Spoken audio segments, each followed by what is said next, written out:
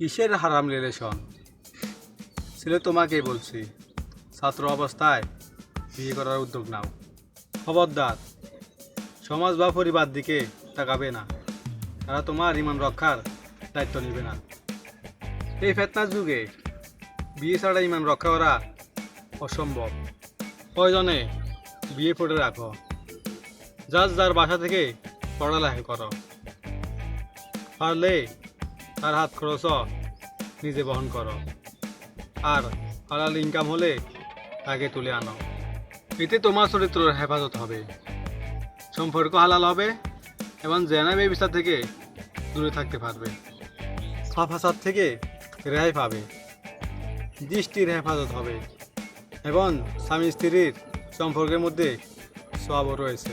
নিজের মধ্যে দায়িত্ববোধ চলে আসবে, অন্তরে প্রশান্তি চলে আসবে এবং ইবাদত করলে আনন্দ পাবে। আল্লাহর রহমত বর্ষিত করবেন এবং হালাল ইনকাম করার সুযোগ করে দিবেন আল্লাহ তাআলা, ইনশাআল্লাহ। আরও ইত্যাদি ইত্যাদি।